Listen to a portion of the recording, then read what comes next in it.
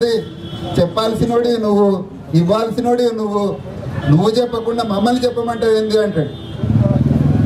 మరి ఇక ఇవ్వాల్సింది కాంగ్రెస్ పార్టీ అయితే నువ్వు ధర్నాలు ఎందుకు చేస్తున్నావు, పాదయాత్రలు ఎందుకు చేస్తున్నావు, ధరలు తగ్గియమని గొడవ ఎందుకు చేస్తున్నావు? మరి ధరలు పెంచింది కాంగ్రెస్ పార్టీ అయితే తగ్గియాల్సింది కూడా కాంగ్రెస్ పార్టీ, నువ్వు ఎందుకు ధర్నాలు చేస్తున్నావు అని వైఎస్ఆర్సీపీని అడుగుతున్నావు. ఆ అమ్మాయిని ఢిల్లీలో పాపం రేప్ చేశారు, దానికి వ్యతిరేకంగా క్యాండిల్ ర్యాలీ తీసింది. మరి తెలంగాణ కోసం కూడా నువ్వు ఒక క్యాండిల్ ర్యాలీ తీయలేవా? ఇవ్వాల్సింది కాంగ్రెస్ వాడే, మరి నువ్వు నోరు మూసుకొని ఎందుకు కూర్చుంటున్నావు అని వైఎస్ఆర్సీపీని అడుగుతున్నావు. ఏ పార్టీకి ఆ పార్టీ రేపు పెద్ద డ్రామా ఆడతాయి. డ్రామా ఆడిన తర్వాత ఎవడికి వాడి ఇంటికి వస్తాడు. కాంగ్రెస్ వాడు మాత్రం ఎంపీలు బయటికి పోకుండా ఎట్లా చూసుకోవాలనే కార్యక్రమంలో వాడు తెర వెనక మంత్రాంగా నడుపుతాడు. మన వైపు నుంచి కర్తవ్యం ఏంటి? ఈ ధర్నా పెట్టడానికి ముఖ్య ఉద్దేశం ఏంటంటే భవిష్యత్తు ఉద్యమానికి మనం సన్నద్ధం కావాలి. ఎలుకలు బయటికి రావాలంటే పొగ పెట్టడం తప్పితే వేరే మార్గం లేదు. ఎలకంబడి మనం గొయ్యిలోకి పోతే గోతులోనే ఉంటాం, పొగ పెడితేనే ఎలకలు వస్తాయి. ఇప్పుడు ఎంపీలందరూ కింద మీద కొట్టుకుంటున్నారు, ఎందుకంటే ఎలక్షన్ టైం వస్తుంది ముందు. ఈ లోపల వాడికి ఎలక్షన్లలో పోతే ఎట్టి పరిస్థితుల్లో గెలిచే పరిస్థితి లేదు. ఇమ్మీడియట్ గా రాజీనామా చేయాలంటేనేమో ఇంకొక ఏడాది కాలం పాటు ఎంపీ పదవి, ఎమ్మెల్యే పదవి ఎంజాయ్ చేయాలి. ఇక ఎంతకాలం సాగదీస్తే అంత మంచిదని మన ఎంపీలు ఎమ్మెల్యేలు అందరూ చూస్తున్నారు. మనం అలాంటి టైం ఇవ్వడానికి లేదు. ఉద్యమం తప్పితే వేరే మార్గం లేదని మాత్రం ఇక్కడి నుంచి స్పష్టంగా చెప్తున్నా. తెలంగాణ రావాలంటే, ఈ ఎలుకలన్నీ బయటికి రావాలంటే మన ఉద్యమం అనే పొగ పెట్టడం తప్పితే మార్గం లేదు. తెలంగాణ జేఏసీ ఇప్పటికే స్పష్టంగా ప్రకటించింది చలో అసెంబ్లీ కార్యక్రమం. ఆ కార్యక్రమాన్ని మహోద్ధృతంగా చేస్తే డెఫినెట్ గా తెలంగాణ వస్తుంది.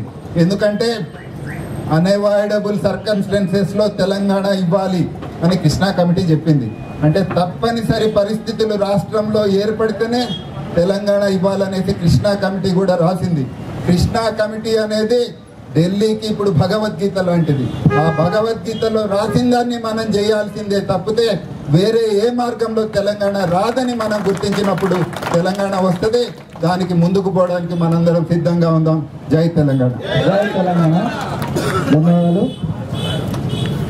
ఒక ప్రత్యేకమైనటువంటి కాన్స్టిట్యున్సీ, అక్కడ పోరాటం చేస్తున్నటువంటి అన్న మెదక్ జిల్లా జేఏసీ చైర్మన్ అశోక్ గారిని మాట్లాడాల్సింది కోరుతున్నాను. ఒక్క నిమిషం. వేదికకు నమస్కారం. హాజరైనటువంటి తెలంగాణ వాళ్లకు మెదక్ జిల్లా జేఏసీ పక్షాన ఉద్యమ అభినందన. మనం ఎవరైతే తెలంగాణ ద్రోహి అనుకుంటున్నామో జగ్గారెడ్డి కాన్స్టిట్యున్సీలో మేము జేఏసీ నిర్వహిస్తున్నాం. ప్రతి నిత్యం ఏదో ఒక కార్యక్రమం అక్కడ ఉండనే ఉంటుంది. అయినా పెద్దలందరికీ ఒక అనుమానం రావచ్చు, తెలంగాణ వాదులు లేకనా అక్కడ జగ్గారెడ్డి ఎందుకు వాయిస్ ఇట్లా పెంచాలని. ఆయన నిజానికి సంగారెడ్డిలో ఉండట్లేదు, విజయవాడలో ఉంటుంది. ఆయన కార్యక్రమాలన్నీ కూడా విజయవాడ నుండే నడుస్తూ ఉంటాయి. మీకు ఒక విషయం చెప్పాలి, మేము 100 రోజులు నిరాహార దీక్ష చేసినప్పుడు ఆయన తెలంగాణ వాదిగా ముద్ర వేసుకోవడానికి పోటీగా దీక్షలు పెట్టాడు. భార్యతోని ఆమరణ నిరాహార దీక్ష చేయించాడు. అలాగే తెలంగాణ కార్యక్రమం ఉద్యమం ఉధృతమవుతున్న కొద్దీ దాన్ని మరిపించడానికి 2 అమరవీరుల స్తూపాన్ని నిర్మించాడు. అలాగే తెలంగాణ అమరవీరులకు ఇళ్ల పట్టాలు ఇవ్వడం, ఇట్లాంటివన్నీ చేసి తెలంగాణ వాదిని ముద్ర వేసుకోవడానికి ప్రయత్నం చేశాడు. నిజానికి ఆయన గెలిచింది టీఆర్ఎస్ పార్టీ ద్వారా గెలిచాడు. ఇవాళ మరి గెలిచినటువంటి దాన్ని ఎవరైతే గెలిపించారో ఆ ప్రజానీకాన్ని అవమానం పరచడానికి ఇవాళ ఆయన వ్యాఖ్యలు చేస్తుందంటే ఆయన పూర్తిగా అపనమ్మకాన్ని చోటు చేసుకున్నది ఆయనలో. ఎందుకంటే ఇక నేను గెలవను అనేటువంటి ఒక అభిప్రాయం ఆయనకు వచ్చిన తర్వాత అవతల వైపు స్టాండ్ తీసుకున్నాడు కనుక ప్రజలే తీర్చుకుంటారు. ఆ మేరకు భావ వ్యాప్తి అనేటువంటిది చాలా బ్రహ్మాండంగా జరిగిపోయింది. ఆయన నమ్మకం లేకనే ఈ రకమైనటువంటి వ్యాఖ్యలు చేస్తున్నటువంటి సందర్భం ఉన్నది. అందరినీ బెదిరిస్తున్నాడు. నిజానికి చెప్పాలంటే బెదిరియకూడదు. ఆయన ఒక్కడే ఏ సమైక్యవాదానికి నిలబడ్డాడు అని అంటే ఎందుకు మిగతా వాళ్ళని మీరు ప్రశ్నించలేదు అనేటువంటిది ఒక ప్రశ్న వేస్తున్నాడు. నేను సమైక్యవాదిగా నేను నా అభిప్రాయం చెప్పడం తప్ప అనేటువంటిది కూడా ఆయన అంటున్నాడు. నిజానికి తప్పు ఎవరిది కాదు, కానీ పార్టీ చెప్పలేని స్టాండ్ ఆయన చెప్తున్నాడు కాబట్టి ఆయనను వ్యతిరేకిస్తున్నాం అంతా. కాంగ్రెస్ పార్టీగా ఆ స్టాండ్ని చెప్పని కాంగ్రెస్ పార్టీ పైన ప్రజలంతా కూడా తేల్చుకుంటారు. ఇవాళ మనం అడిగేదంతా కూడా టీడీపీ వైఖరిని చెప్పమంటారు, వ్యక్తులుగా కాదు, ఎమ్మెల్యేలుగా కాదు. అలాగే జగ్గారెడ్డి కూడా చెప్పాల్సింది ఆయన వైఖరి కాదు, ఆయన పార్టీని వాళ్ళ పెద్దలతో చెప్పిస్తే, సోనియా గాంధీతో చెప్పిస్తే, ఆ కాంగ్రెస్ పార్టీ వాళ్ళతో చెప్పించినట్టయితే దానికి చట్టబద్ధత అనేటువంటిది ఉంటుంది. ఆ వ్యక్తి ఒక్కడిగా మాట్లాడుతుంది కాబట్టి ఆయన ప్రజలే తెలుసుకుంటారని చెప్పేసి మేము అక్కడ భావించి ఆ కార్యాచరణ అనేటువంటిది మేము రూపొందించుకుంటున్నాం. ఆయనకు తప్పనిసరిగా తగిన శాస్తి ప్రజలే చెప్తారని చెప్పేసి తెలియజేస్తూ అవకాశం ఇచ్చినటువంటి పెద్దలకు ధన్యవాదాలు తెలియజేస్తూ ఇస్తున్నాను. జై తెలంగాణ. థ్యాంక్ యూ అన్న. తెలంగాణ ఎంపీజే అధ్యక్షులు మాన్యులు ఆమీద్ మహమ్మద్ ఖాన్ గారిని మాట్లాడాల్సింది.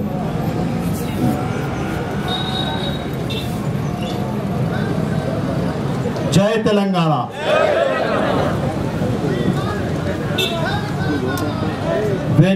వేదికపై ఉన్న పెద్దలకు और आज हम सब एक अहम दिन बैठे हुए हैं.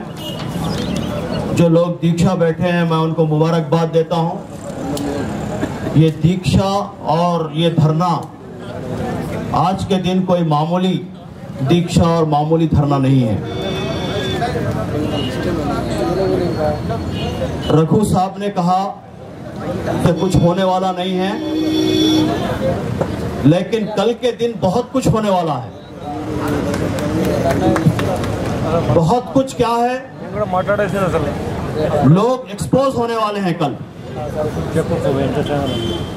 और कौन कौन क्या क्या हरकतें किए हैं और कैसे कैसे ड्रामाबाजियां उन्होंने की हैं, वो कल वाज़ेह होने वाला है. तेलंगाना के साथ तेलंगाना का मसला ये हिंदुस्तान में यहाँ की डेमोक्रेसी के लिए भी एक सवालिया निशान बन चुका है. डेमोक्रेटिक वे में और जमहूरी तरीकों से जब कोई तहरीक चलाई जाती है तो जमहूरियत का फर्ज होता है कि उसका लिहाज रखे. जमहूरियत ये नहीं है कि कितनी दफा मुल्क में इलेक्शन हुए, ये जमहूरियत नहीं है. इलेक्शन तो ये बहुत बड़ा मुल्क है, होते रहते हैं यहाँ पर इलेक्शन.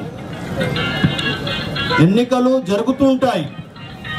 ఎన్ని దఫాలు ఎన్నికలు జరిగినాయి అది ప్రజాస్వామ్యంలో చాలా ఇంపార్టెంట్ కాదు. ప్రజాస్వామ్యంలో ఇంపార్టెంట్ ఏమిటంటే ప్రజా ఆకాంక్ష, ప్రజల కోరిక, ప్రజా ఉద్యమాలు ఎంతవరకు సక్సెస్ అయినది, ఇది చాలా ముఖ్యం. అయితే ఈ ప్రాంతంలో డెమోక్రసీకే ప్రశ్న చిహ్నం ఉంది.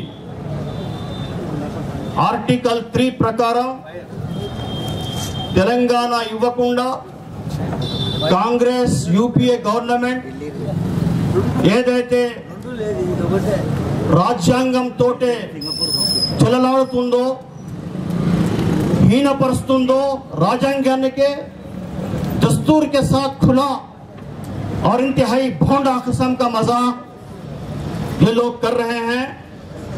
और इनको इसकी कीमत, दीनी योग का मूल्य उनको चुकाना पड़ेगा. और ये 28 तारीख के बाद से फिर एक नया उद्यमम, ఒక కొత్త ఉద్యమం, కొత్త స్ఫూర్తితో మొదలవుతుందని జేఏసీ ధర్నాను నిర్వహించింది. కాబట్టి ఇవాళ మనం అందరము పాల్గొంటున్నాము. మరియు ఇంటి దొంగలను కూడా వేరి పెట్టడానికి ఈ ధర్మ పనికొస్తుందని నేను తెలుసుకుంటున్నాను. జై తెలంగాణ.